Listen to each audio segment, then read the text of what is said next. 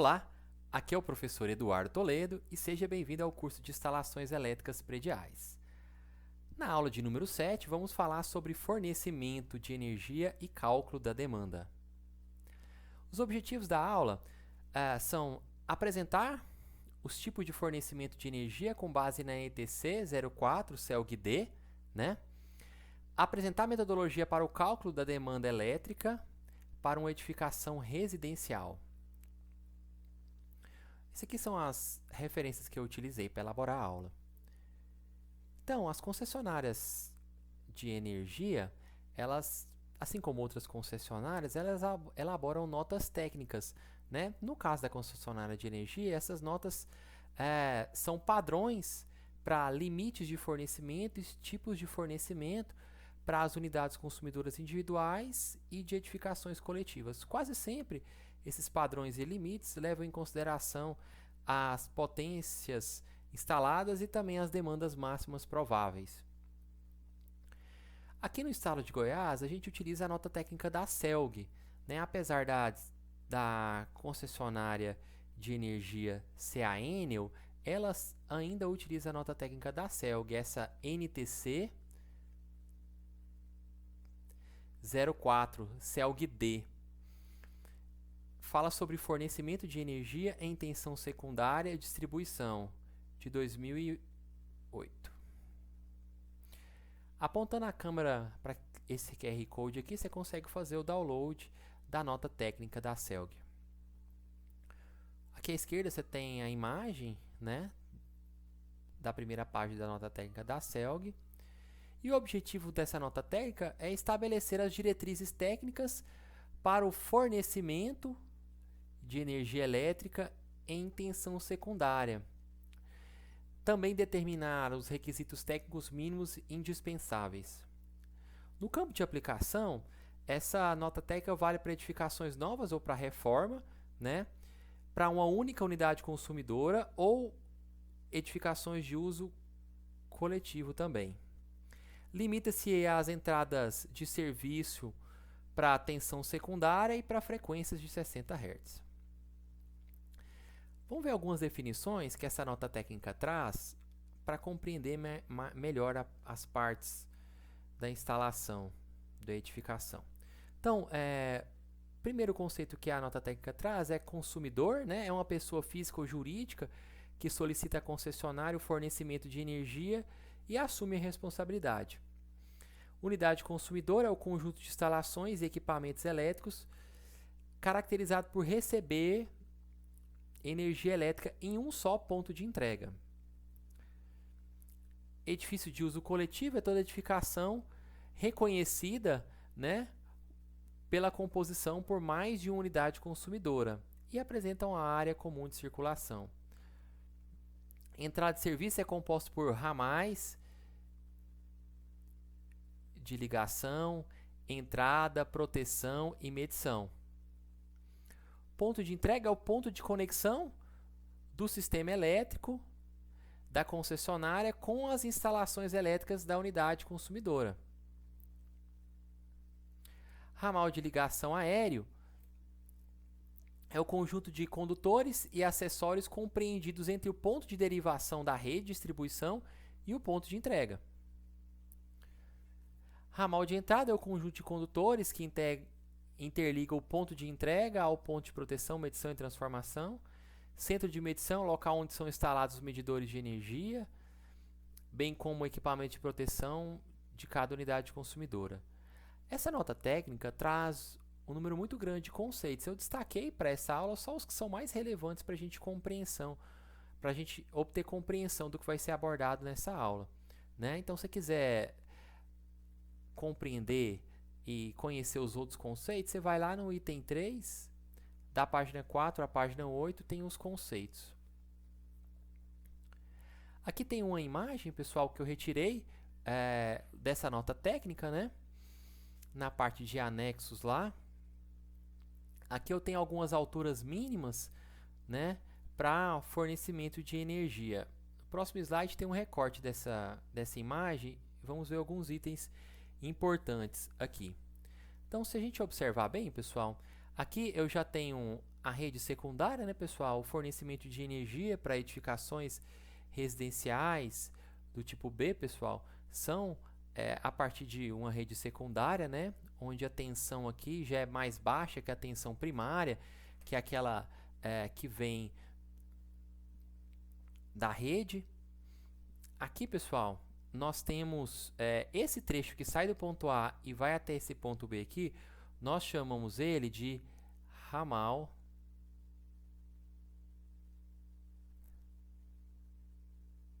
de ligação.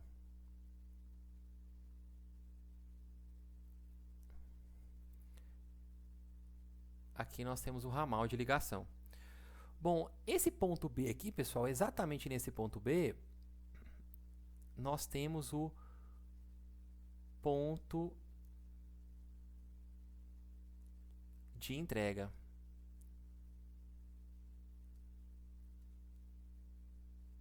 Aqui é o ponto de entrega. Do ponto B ao ponto C aqui, nós chamamos isso de ramal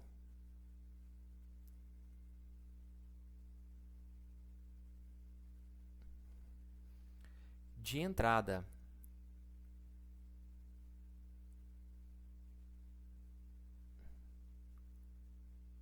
Ramal de entrada. Bom, nesse trecho C aqui, pessoal, nesse ponto C, nós temos a medição. Né? Nessa medição, pessoal, aqui no interior nós temos o QM, que é o quadro de medição. Nesse trecho de cá, eu tenho o aterramento.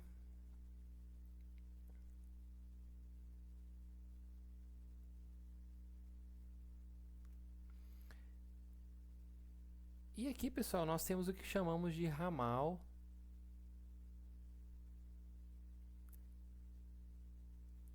interno. Temos o ramal interno. Ok? Bom, aqui nós temos algumas alturas, né, que também estavam presentes no slide anterior, que são alturas mínimas para instalação com essa configuração. Aqui, pessoal, eu já tenho a medição a 3 ou a 4 condutores, né, num tipo de instalação onde o padrão fica fixo no muro ou na mureta da edificação. Eu vou destacar 3 itens aqui e nós vamos fazer um recorte nessa imagem e entender cada um desses 3 itens aqui. Primeiro, sobre o detalhe A, pessoal, que é esse trecho aqui, né? Então, nesse detalhe A, o que a gente vai destacar aqui? Então, vou destacar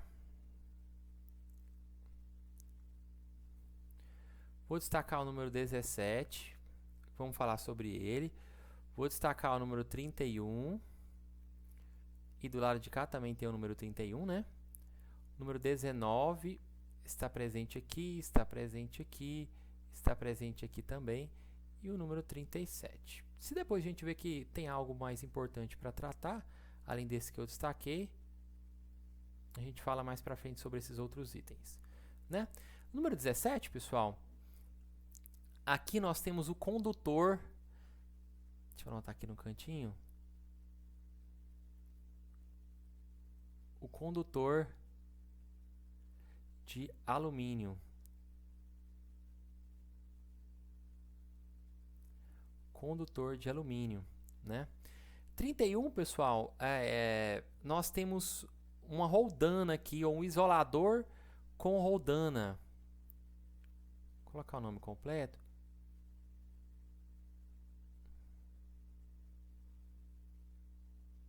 Com roldana.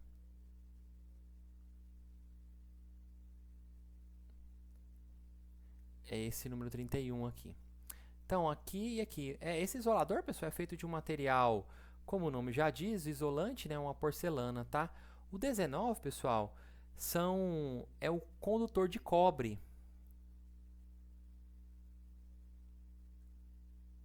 condutor de cobre. Condutor de cobre. Então aqui é o condutor de cobre, né? Percebendo que eu estou entrando aqui 4 fios. Esse aqui é um tipo de fornecimento, a gente já vai ver, mas é um fornecimento chamado de fornecimento trifásico, né? Por isso os 3 fios, tá vendo? Fase, fase, fase, neutro. Aqui também é o número 19, né? Condutor de cobre. Esse aqui também é. Esse condutor de cobre, pessoal, nós temos ele feito de alguns materiais. O mais comum é o PVC, tá? E esse PVC, geralmente costumamos utilizar o que suporta uma tensão de 400 a 750 volts, ok? O 37 é o poste, né? Poste de aço, só poste, ok? Um recorte agora no detalhe B, vamos destacar aqui o número 20, né? E o número 30 também. Que componentes são esses? Lembrando que isso aqui é um recorte daquela mesma imagem que estava há 2 slides atrás. Então, o número 30, pessoal, faz parte do aterramento, né? Essa aqui é uma haste para aterramento, uma haste metálica, tá?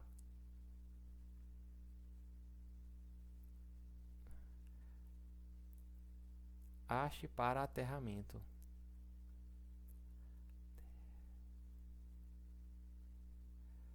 Deixa eu apagar aqui que eu acho que eu escrevi errado. Aterramento. Agora sim. Haste para aterramento. E o número 20, pessoal, é o condutor que permite esse aterramento, né? Puxar uma setinha e escrever aqui, do lado de cá.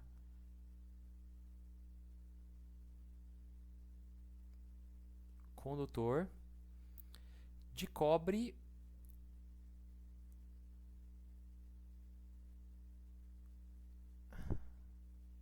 nu, ok? Os outros itens que estão presentes aqui são as distâncias. E o terceiro detalhe, pessoal, que eu chamei de detalhe C, né? Mostra a central de medição mesmo na parede, né? Aqui eu tenho uma vista frontal, né? Como o nome já diz, uma vista de frente, aqui uma vista superior desse mesmo sistema aqui. Aqui eu vou destacar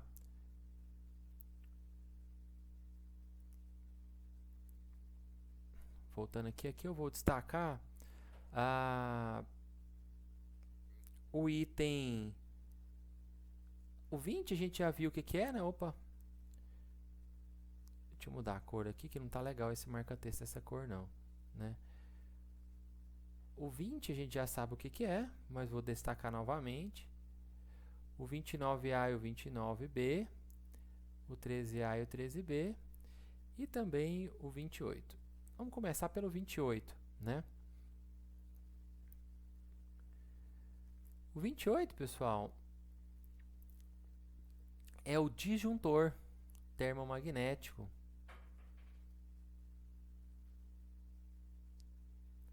O disjuntor. O 13A ou 13B, pessoal, é a caixa que a gente utiliza para medição, né?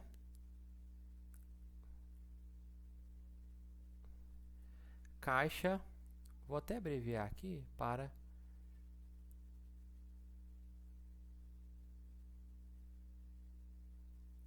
medição.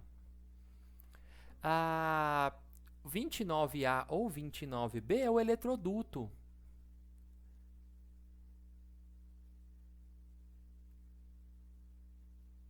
Quando eu vou utilizar uma instalação subterrânea, né? Tem um eletroduto aqui. E o 20, pessoal, a gente já viu que é o condutor de cobre nu, né? Colocar aqui cobre nu, né? Condutor de cobre nu. Aqui nós temos a mesma visão, só que na parte superior. Aqui tem uma lista, pessoal, que apresenta a relação de materiais contida naquela imagem, né? Então, vocês vão poder conferir cada um dos itens depois.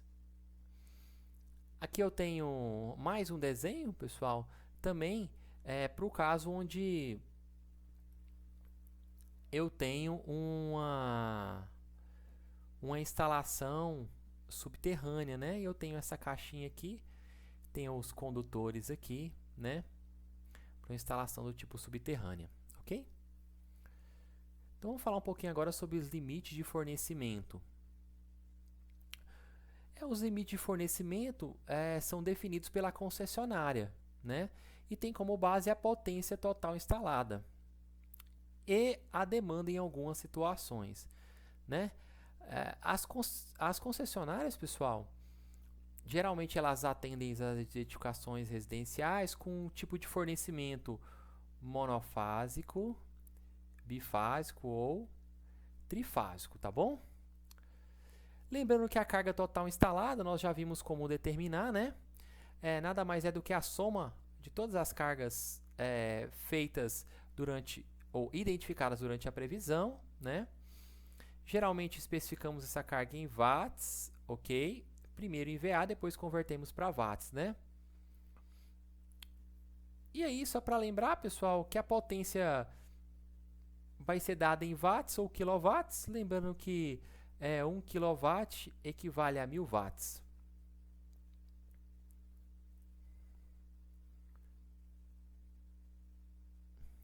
Então vamos para os tipos de fornecimento.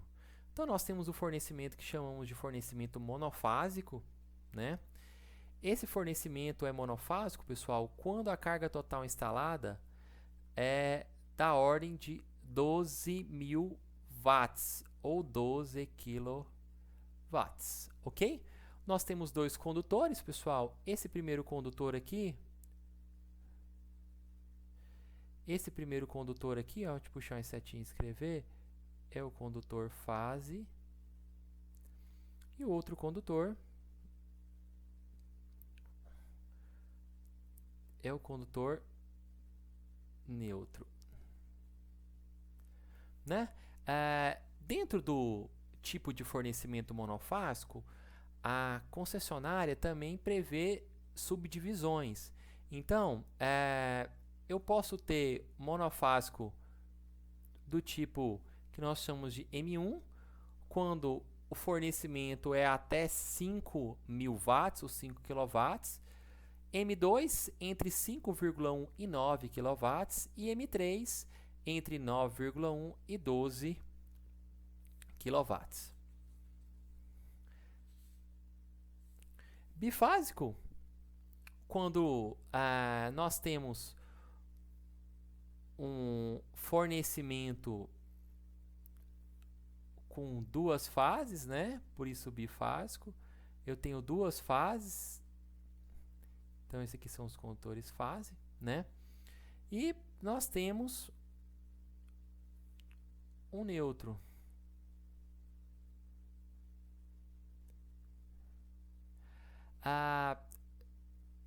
A concessionária entende que a edificação tem que ser atendida por um fornecimento do tipo bifásico quando a potência total, a carga total instalada, está entre 12.000 e 25.000, ou entre 12 kW até 25 kW. Aqui eu tenho três condutores, né, pessoal? Duas fases e um neutro. Também tenho subdivisões bifásico do tipo B1 e B2, né? Onde bifásico do tipo B1 é entre 12,1 e 20.000 e bifásico do tipo B2 entre 20,1 e 25.000.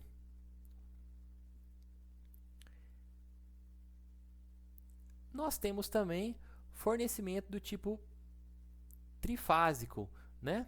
Onde a edificação é atendida por não uma nem duas, mas sim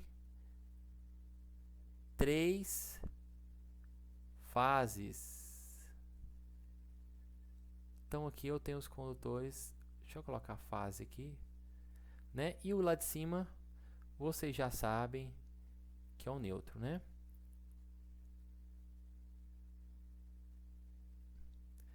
Então, aqui, pessoal, eu tenho 4 condutores, né? 3 fases, mais o neutro. E aí, quando eu tenho um fornecimento do tipo trifásico, a concessionária entende que para mim determinar a subdivisão, ou seja, se é trifásico do tipo T1, T2, T3 ou T4, eu preciso calcular o que a concessionária chama de demanda. Então, se o fornecimento for trifásico, ou seja, se a potência total instalada estiver entre 25.000 e 75.000, ou de 25 kW a 75 kW, nós utilizamos um tipo de fornecimento trifásico. E a partir daí eu tenho que calcular a demanda. Depois de calcular a demanda, que é um dos itens que a gente vai abordar ainda nessa aula, eu já sei dizer se esse trifásico é do tipo T1, do tipo T2, do tipo T3 ou do tipo T4, ok? A depender dos valores que encontrarmos para a demanda elétrica. Demanda da instalação. Então, a NBR 5410, né, de 2004, ela fala da importância da determinação da potência de alimentação, né, para estabelecer os limites de fornecimento, ok? E ela fala que devem ser consideradas as possibilidades de não simultaneidade do funcionamento dos equipamentos, bem como capacidade de reserva para futuras ampliações. E a demanda, pessoal, tem que ser calculada de acordo com a nota técnica da CELG apenas se o fornecimento for do tipo trifásico, ok? Se ele for do tipo trifásico, aí sim eu tenho que realizar o cálculo da demanda.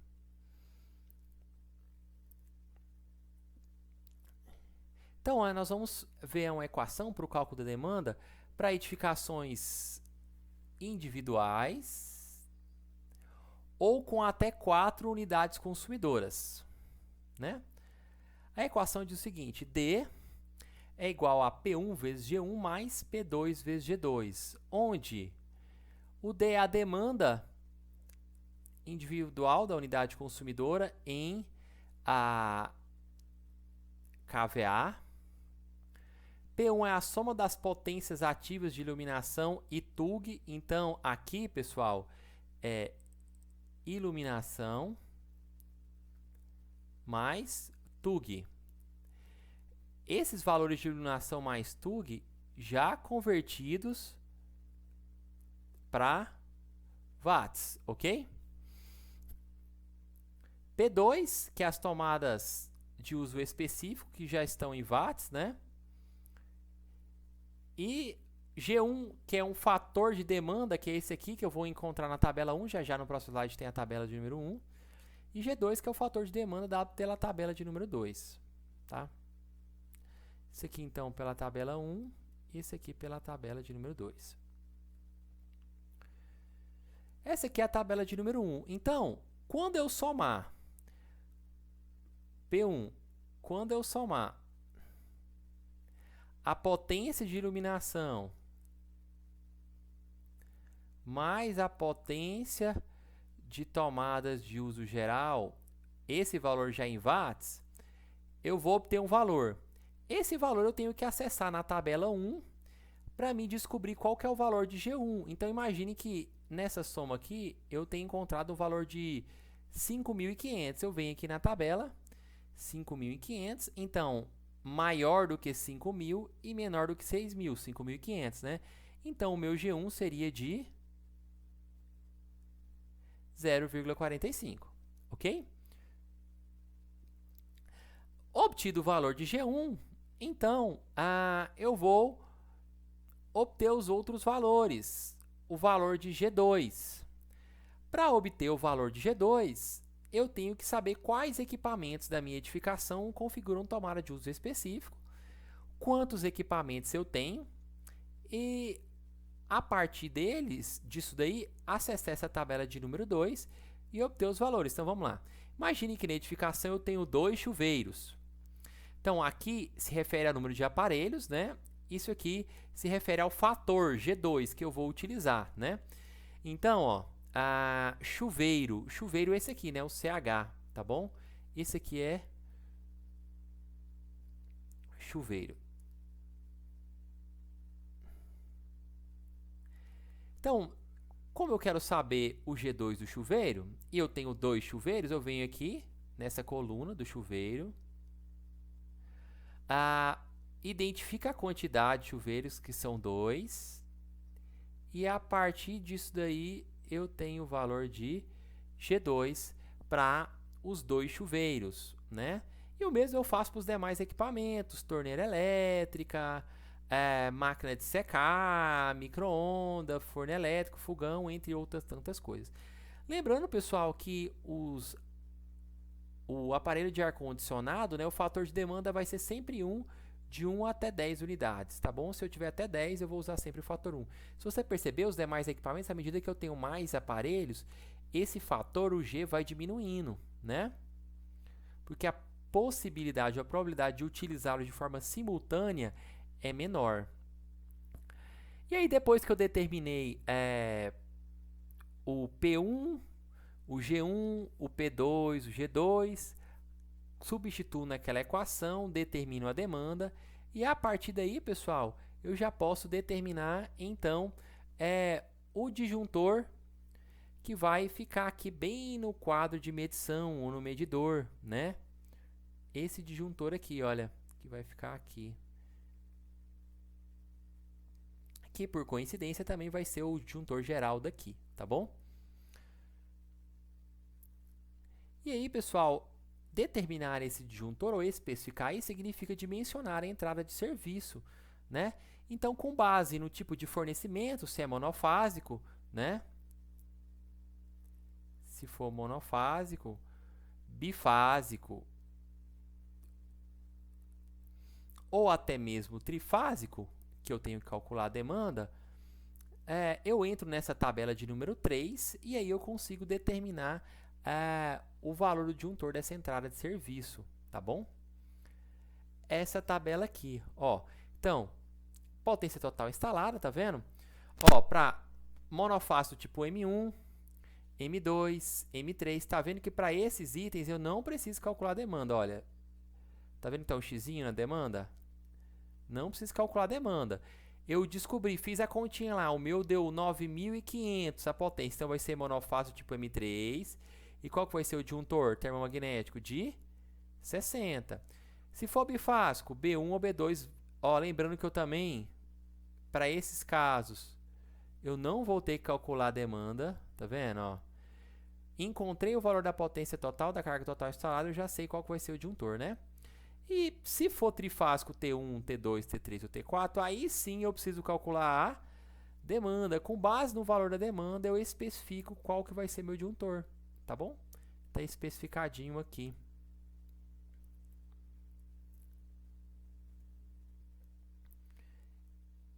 E assim a gente encerra a aula de número 7, né? A primeira parte da aula. A segunda parte a gente vai resolver um exemplo para calcular a demanda de uma edificação. Basicamente daquele projeto exemplo que a gente tem feito em sala de aula.